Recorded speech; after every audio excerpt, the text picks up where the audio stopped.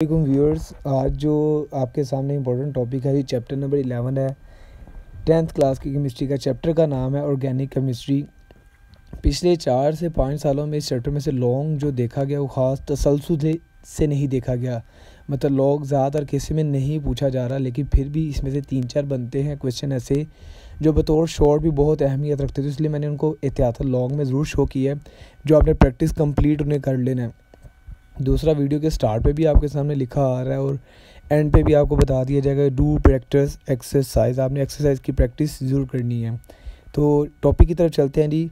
जो चंद अहम शॉट इस चैप्टर में से बनते हैं, सबसे पहला जो शॉट है वो आपके सामने इंतहाई अहम है, बोर्ड पर लातदाद मरतबा आया है 2 हवालों से। या तो ये what is vital force theory, और उसके साथ जो आधा पार्ट पूछा जाता है, या तो ये पूछा जाता है हु पुट इट फॉरवर्ड, किसने पेश की, या हु रिजेक्टेड, कौन इसे मानता था और कौन इसको जो है वो रिजेक्ट कर चुका है। इसके बारे में MCQ और शॉर्ट में कई बार पूछा जाता है। सेकंड शॉर्ट जो आपके सामने है जी, डिफाइन मॉलिक्यूलर कंडेंस या स्ट्रक्चर फार्मूला विद एग्जांपल। किसी भी एक को डेफिनेशन के तौर पे पूछा जाता है। जो ज़्यादातर पूछा गया वो मॉलिक्यूलर और स्ट्रक्चर को पूछा गया, लेकिन उसके बाद कुछ बार जो है वो कंडेंस फार्मूला भी आया हुआ है बोर्ड में शॉर्ट में कई बार।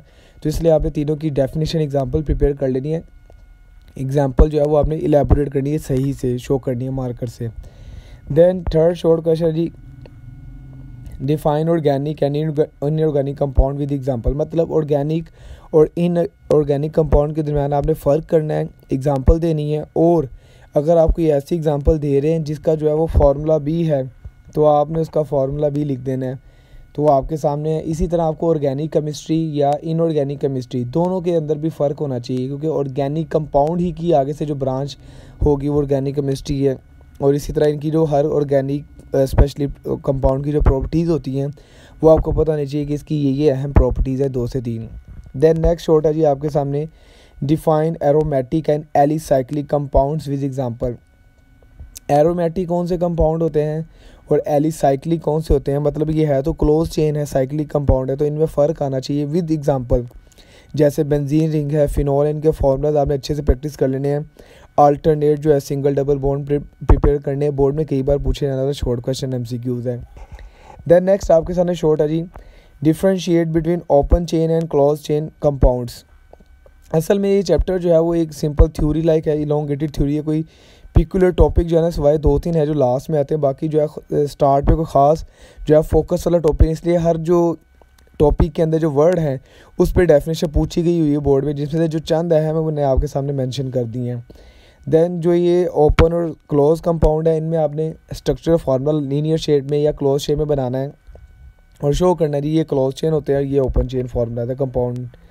देन 6 है जी, डिफ्रेंशिएट बिटवीन होमोसाइक्लिक या कार्बोसाइक्लिक भी जिन्हें कहा जाता है, और heterocyclic. Homo mean same, hetero mean different.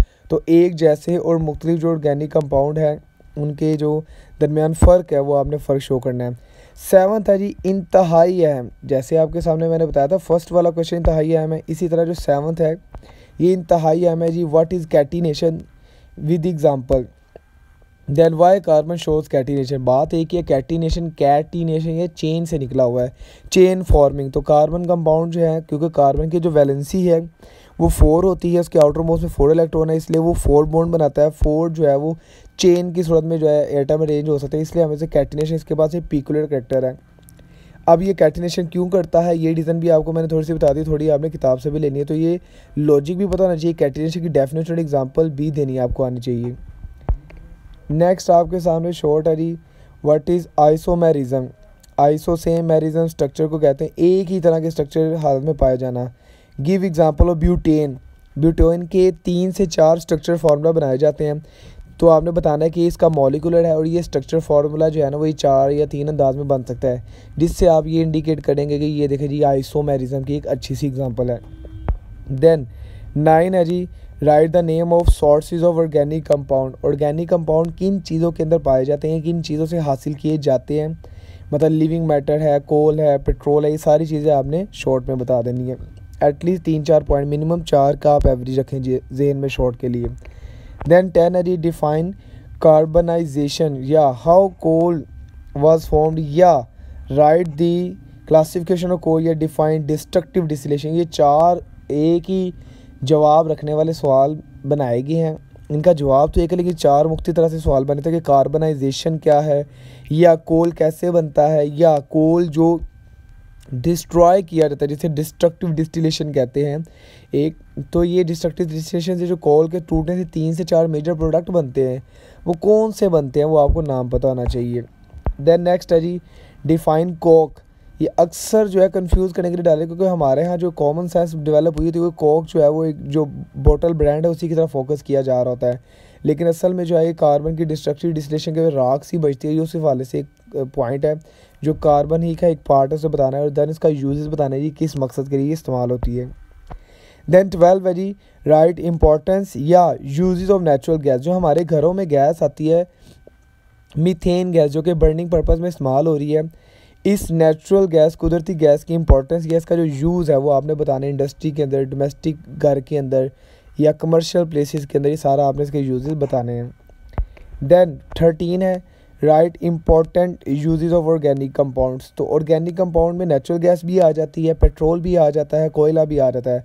तो इन तमाम जो कॉमन नेचुरल जो ऑर्गेनिक कंपाउंड है इनके यूजेस आपने बतौर शॉर्ट बताने हैं, एटलीस्ट 4 से 5 बता देने हैं। देन 14 है जी what is meant by alkyl radical, write its general formula. इंतहाई अहम क्वेश्चन है जी, अल्काइल रेडिकल क्या होता है? ये अल्केन ही का एक डेरिवेटिव, लेकिन उसमें से एक हाइड्रोजन कम होता है, और इसका जनरल फार्मूला कई मरतबा जो है शॉर्ट में एमसीक्यूज में पूछा जा चुका हुआ है। अल्केन, अल्कीन, अल्काइन, जो कि नेक्स्ट चैप्टर भी आएगा, इनके जनरल फार्मूलाज भी और काइल रेडिकल का भी, और आपने एग्जांपल भी 1 से 2 देने की। मिथाइल रेडिकल है, इथाइल रेडिकल, आपने सारा बता देना है। देन 15 है जी define homologous series, write its characteristics. बहुत ज़्यादा अहम क्वेश्चन है, इंतहाई अहम है, इवन के किसी वक्त में लॉन्ग में भी देखा जाता है, तो इसलिए मैंने इसको बतौर शॉर्ट में भी ऐड किया है और लॉन्ग में ही। तो वैसे तो आपके शॉर्ट जो हैं वो तकरीबन 13-14 के अराउंड बनते थे, लेकिन 3-4 जो है ना वो लॉन्ग क्वेश्चन को ही बतौर शॉर्ट में रिपीट करते थे। बच्चे समझते होंगे शायद कि सर ने इतने ज़्यादा शॉर्ट ऐड कर दी, तो ज़्यादा नहीं है, असल में 3 से 4 टॉपिक तो ऐसे जिनके आपके लॉन्ग में कवर हो रहे होते हैं, लेकिन वो अलहदा से शॉर्ट में इसमें से निकाले जाते हैं। तो इंतहाई अहम शॉर्ट है जी होमोलोगस सीरीज़, आपने फिंगर टिप पे कर लेना और इसकी कैरेक्टरिस्टिक्स।